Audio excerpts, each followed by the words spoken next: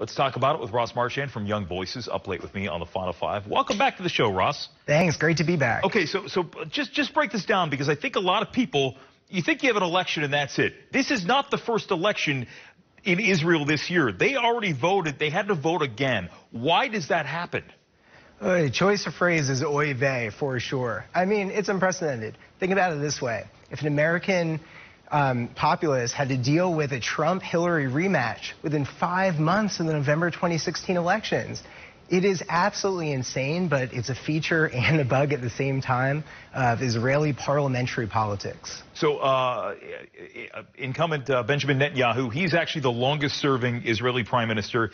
He has really pinned all of his hopes to this alliance he has with President Trump. But it really is an extraordinary alliance, because the two of them are very close. And I know people who are in Israel saying you see these giant banners with Bibi and President Trump side by side.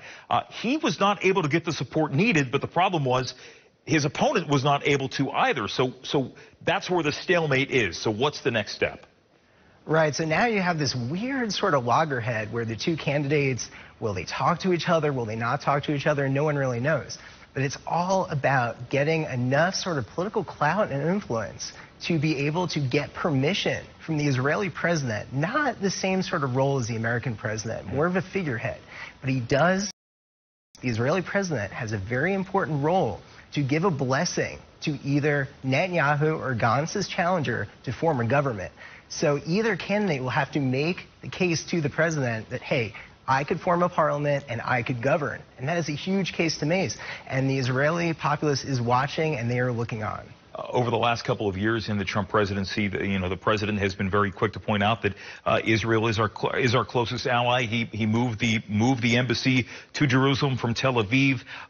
There's a lot of talk about settlements, and I know at one point Netanyahu wants to name one settlement after President Trump, calling it Trump Heights.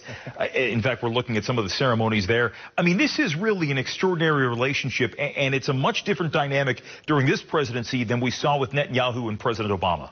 Absolutely. And politics is first and foremost about personality. And you were seeing this during this jockeying, this crazy close race. Netanyahu and Trump have a very, very close relationship, much closer than what you ever saw with Obama and Netanyahu.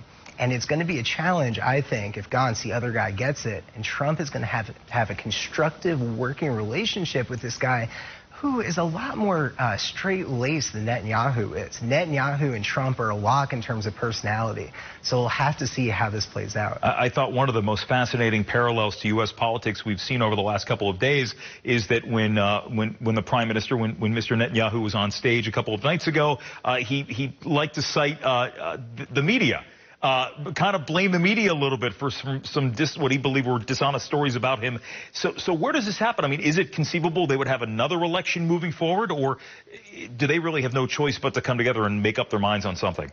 They really have to come together, and I don't think the Israelis want to stomach. Now, the Israelis have a lot more sort of chutzpah than their American counterparts in dealing with elections and all this sort of political jockeying and struggle. But even them, I mean, I think they've definitely had enough, and they are ready to come together, hopefully, and work on a solution. But hey, I mean, time will tell, and we really just have to stay posted. Yeah.